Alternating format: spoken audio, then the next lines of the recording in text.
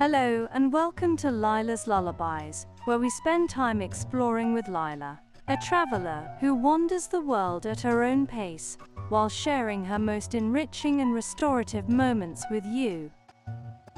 In tonight's story, we'll follow Lyla as she meanders through the enchanting city of Paris in springtime.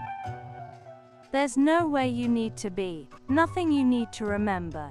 Just settle in, get comfortable, and let yourself go. We're so glad you're here. Whenever you're ready, let's begin. The Eurostar emerged from the tunnel and into French daylight, and Lyla looked up from her book to watch the countryside unfold outside her window. Fields of crops stretched toward low horizons, their greens vivid under the summer sun, and occasionally a small village would appear, its houses clustered around a church spire. She had left London early that morning, and now, 2 hours later, Paris was drawing near.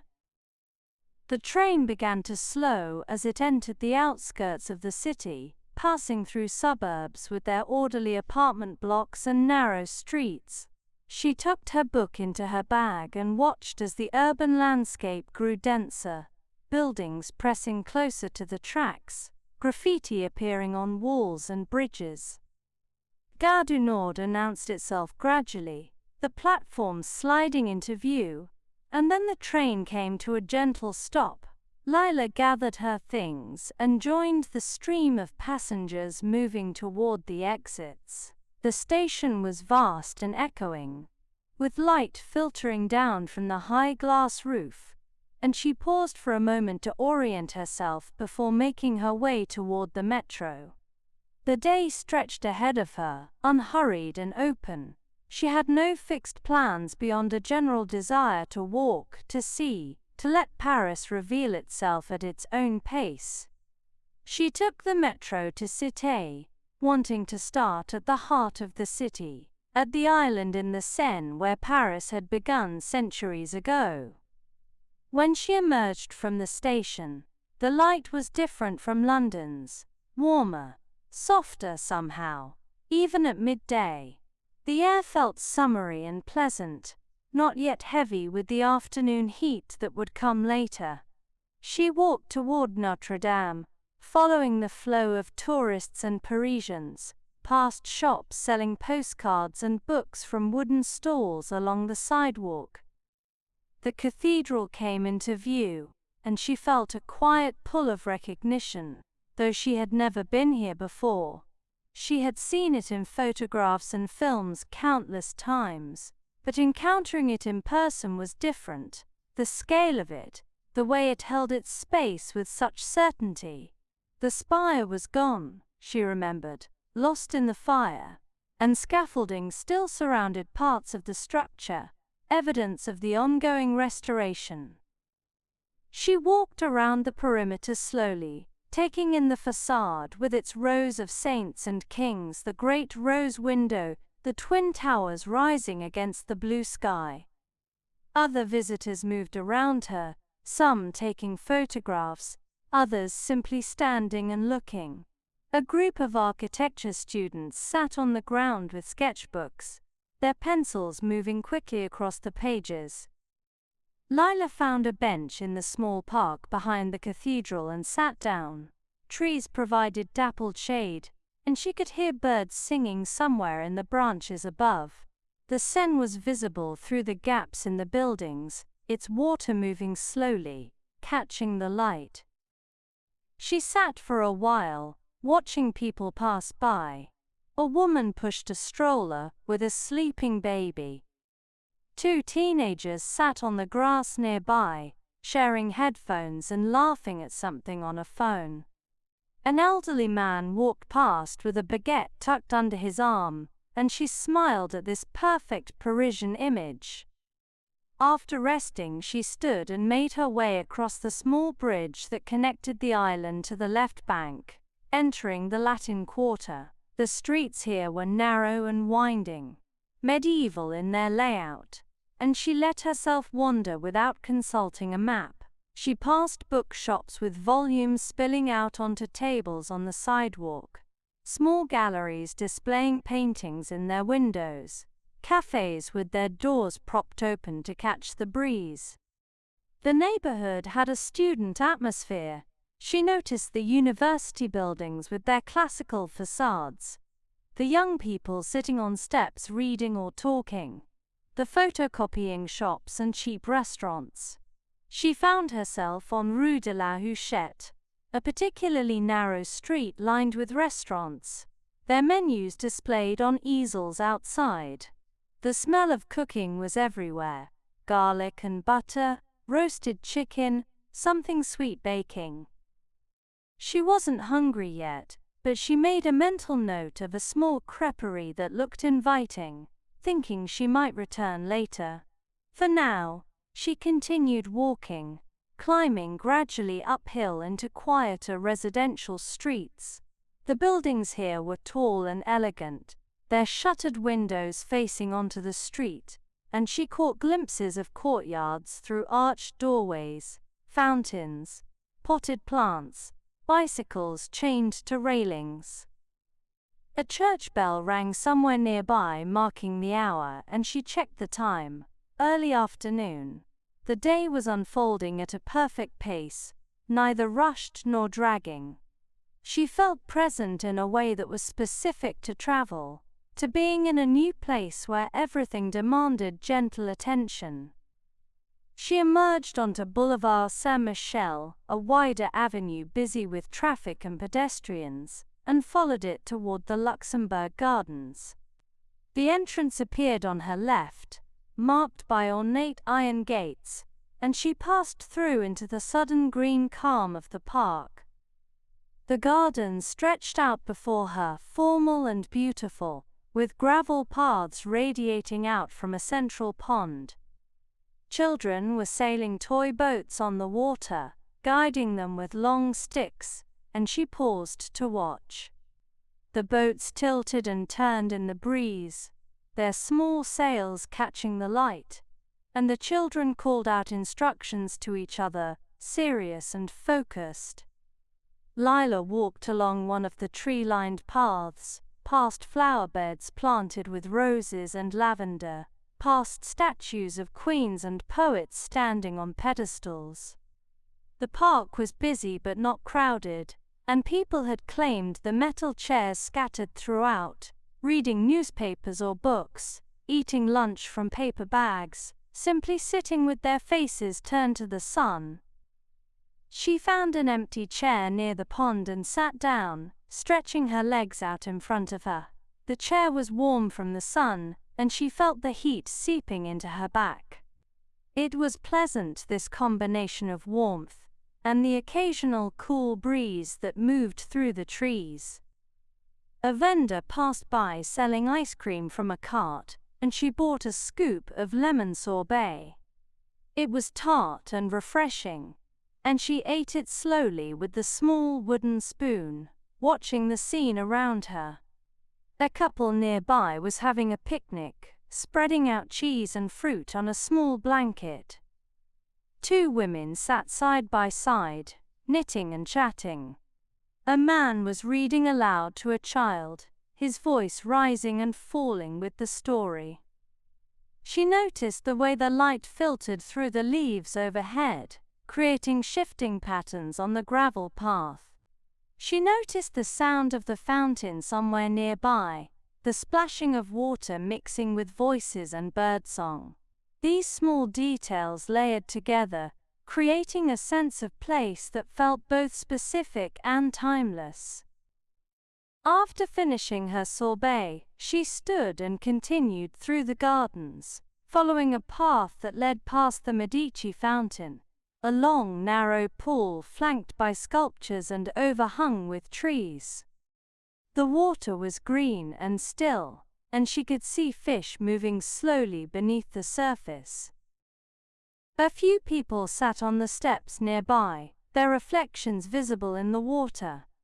She left the gardens through a different gate, and found herself in a neighborhood of elegant buildings and tree-lined streets. She consulted her phone briefly to orient herself, then set off toward Le Marais, which she knew was northeast from here.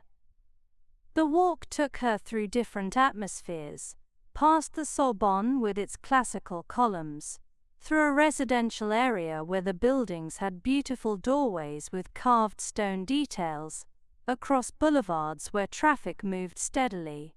She walked at her own pace, stopping occasionally to look at something that caught her eye. A particularly beautiful balcony railing, a shop window displaying antique books, a small square with a fountain where pigeons gathered. As she entered Le Marais, the character of the streets changed. The buildings were older here, their facades showing centuries of wear, and the streets were even narrower, branching off at odd angles. She noticed more small shops, vintage clothing stores, concept boutiques, bakeries with elaborate window displays. The neighborhood felt creative and lived in, a mix of old and new. She passed a 17th-century mansion that now housed a museum, its courtyard visible through the open gates. She passed a falafel shop, with a line of people waiting outside, and a gallery showing contemporary art in what looked like a medieval building. She came upon Rue des Rosiers, the old Jewish quarter, and walked slowly along it, noting the Hebrew lettering on some of the shop signs, the kosher restaurants and bakeries. The street was busy with locals shopping and tourists exploring, and she enjoyed being part of this flow of people, all moving with their own purposes.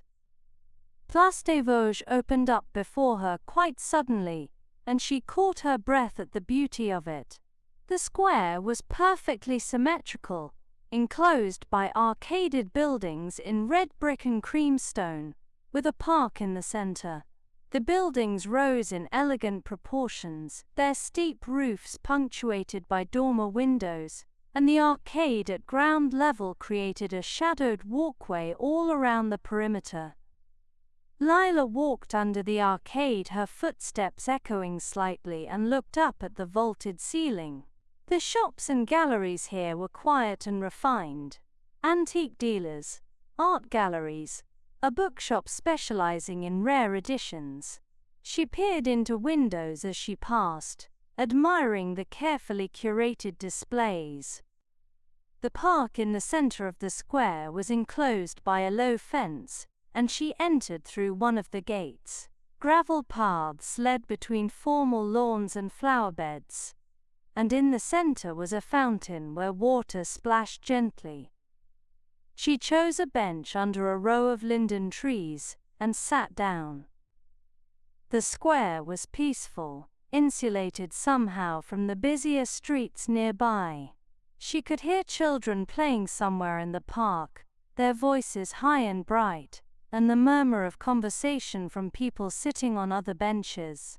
The trees provided dappled shade, and she felt grateful for it as the afternoon sun grew stronger. She thought about how different neighborhoods within a city could have such distinct personalities: the Latin Quarter with its student energy, the formal beauty of the Luxembourg Gardens, the creative mix of Le Marais, and now this, the refined elegance of Place des Vosges. Each one was a small world unto itself, yet all part of the larger fabric of Paris. After resting, she decided to visit the Hôtel de Sully, which she had read was nearby. She left the square and walked along Rue Saint-Antoine until she found the entrance, an arched doorway in a classical facade. She stepped through into a courtyard and paused, taking in the space. The courtyard was beautiful and serene, paved with stone and surrounded by the mansion's elegant facades. Statues stood in niches, and relief carvings decorated the walls, allegorical figures representing the seasons and elements. The architecture was Renaissance, harmonious and balanced, and she walked slowly around the courtyard, admiring the details. A few other visitors were there, speaking in hushed voices, respecting the quietness of the space. Through an archway on the far side, she could see a second courtyard, even more intimate, with a small garden. She walked through and found a bench where she could sit and simply absorb the atmosphere. It was cooler here, protected from the direct sun, and she felt the difference in temperature. The stone walls held a pleasant chill, and the air smelled of boxwood from the trimmed hedges. She sat for several minutes, listening to the sounds of the city filtered and distant beyond the walls. When she left the Hôtel de Sully, the afternoon was beginning its slow transition toward evening. The light had taken on a warmer quality, and the heat of the day was starting to soften. She decided to walk toward the Seine, wanting to spend the latter part of the day along the river. She made her way through the streets of Le Marais, heading west and south. The neighborhood was busier now, people finishing work, shops preparing for the evening. She passed a boulangerie where a woman was buying bread for dinner, and the smell of fresh baking made her realize she was hungry. She found a small cafe on a corner and went inside, ordering a croque monsieur and a glass of white wine. The cafe was simple and unpretentious, with checkered tablecloths and a zinc bar, and she took a table by the window where she could watch the street. The sandwich arrived toasted and golden, the cheese melted and slightly crispy at the edges, and she ate it slowly, savoring the simple perfection of it. The wine was cool and crisp, and she sipped it between bites, feeling the pleasant satisfaction of good food after a long day of walking. Outside, the street was full of life, people heading home, tourists consulting maps, locals stopping to chat with neighbors. She watched a woman with 3 children trying to herd them in the same direction, the youngest one stopping to examine something on the ground, while the others ran ahead. She watched 2 men greeting each other with kisses on both cheeks, their conversation animated and punctuated by laughter. When she finished eating, she paid and stepped back out into the late afternoon. The sun was lower now, casting long shadows across the streets, and the quality of the light had become even more beautiful.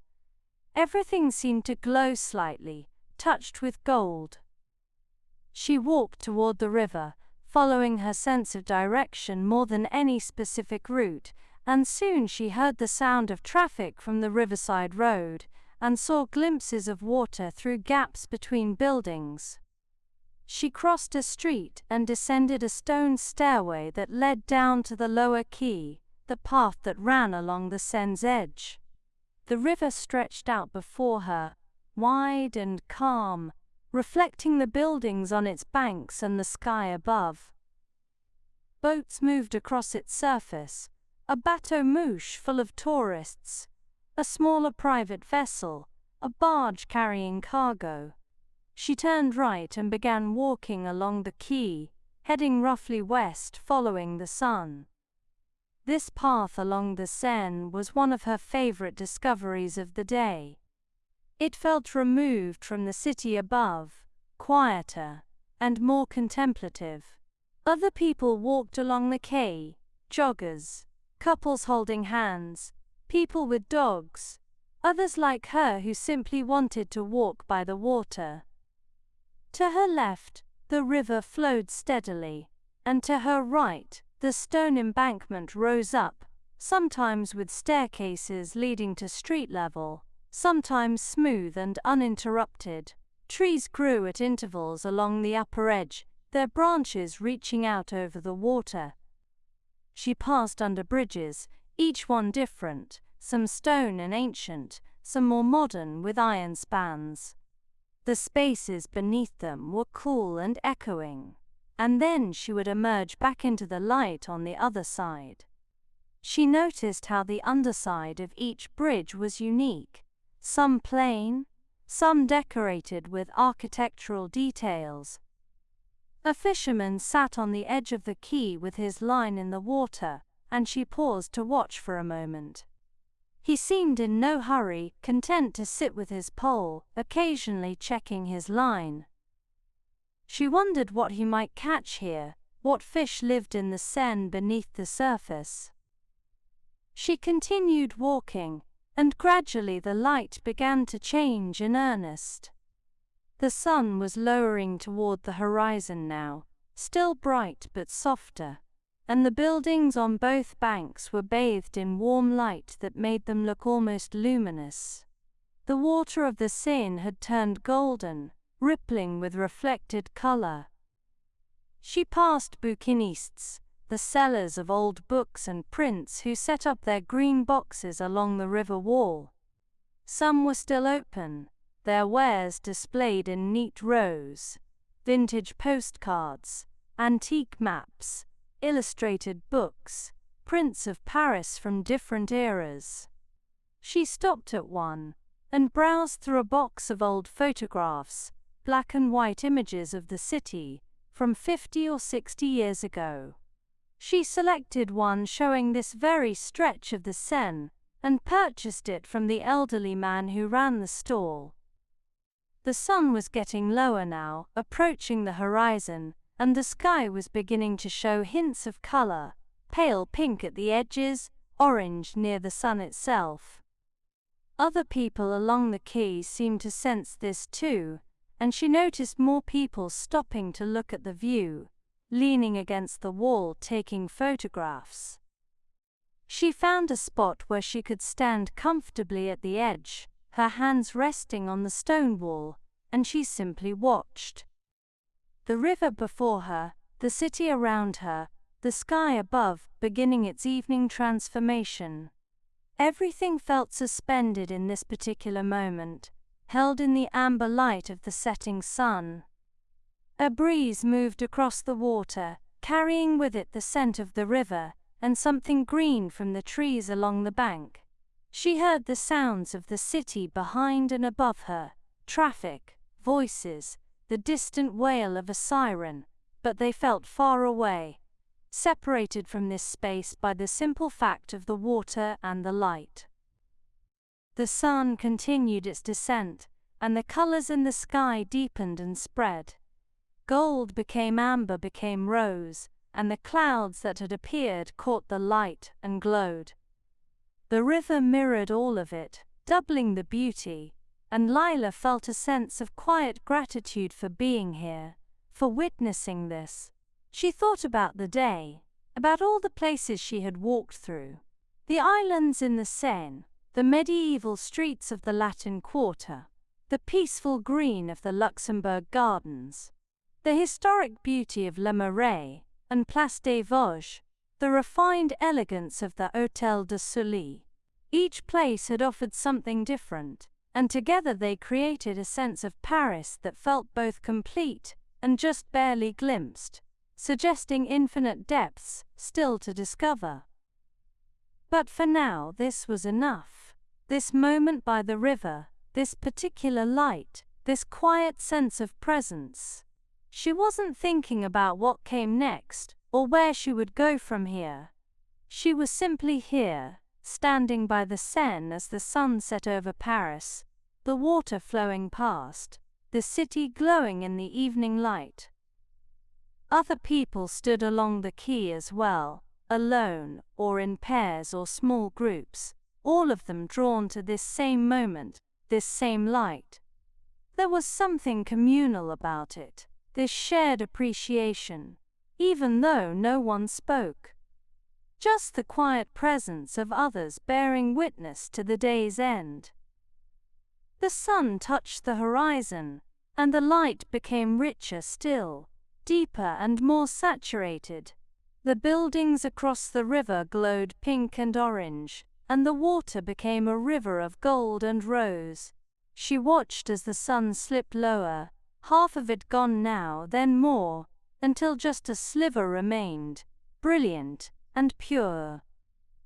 And then it was gone, sunk below the horizon, and the sky shifted again, the colors softening, becoming more diffuse. The first hint of blue evening crept in from the east, and the city's lights began to appear, one by one, small stars of their own making. Lyla remained where she was, watching as the transition continued, as day gave way to evening in its patient, inevitable way. The river darkened, becoming more mysterious, and the lights from the buildings and bridges reflected on its surface in shimmering lines.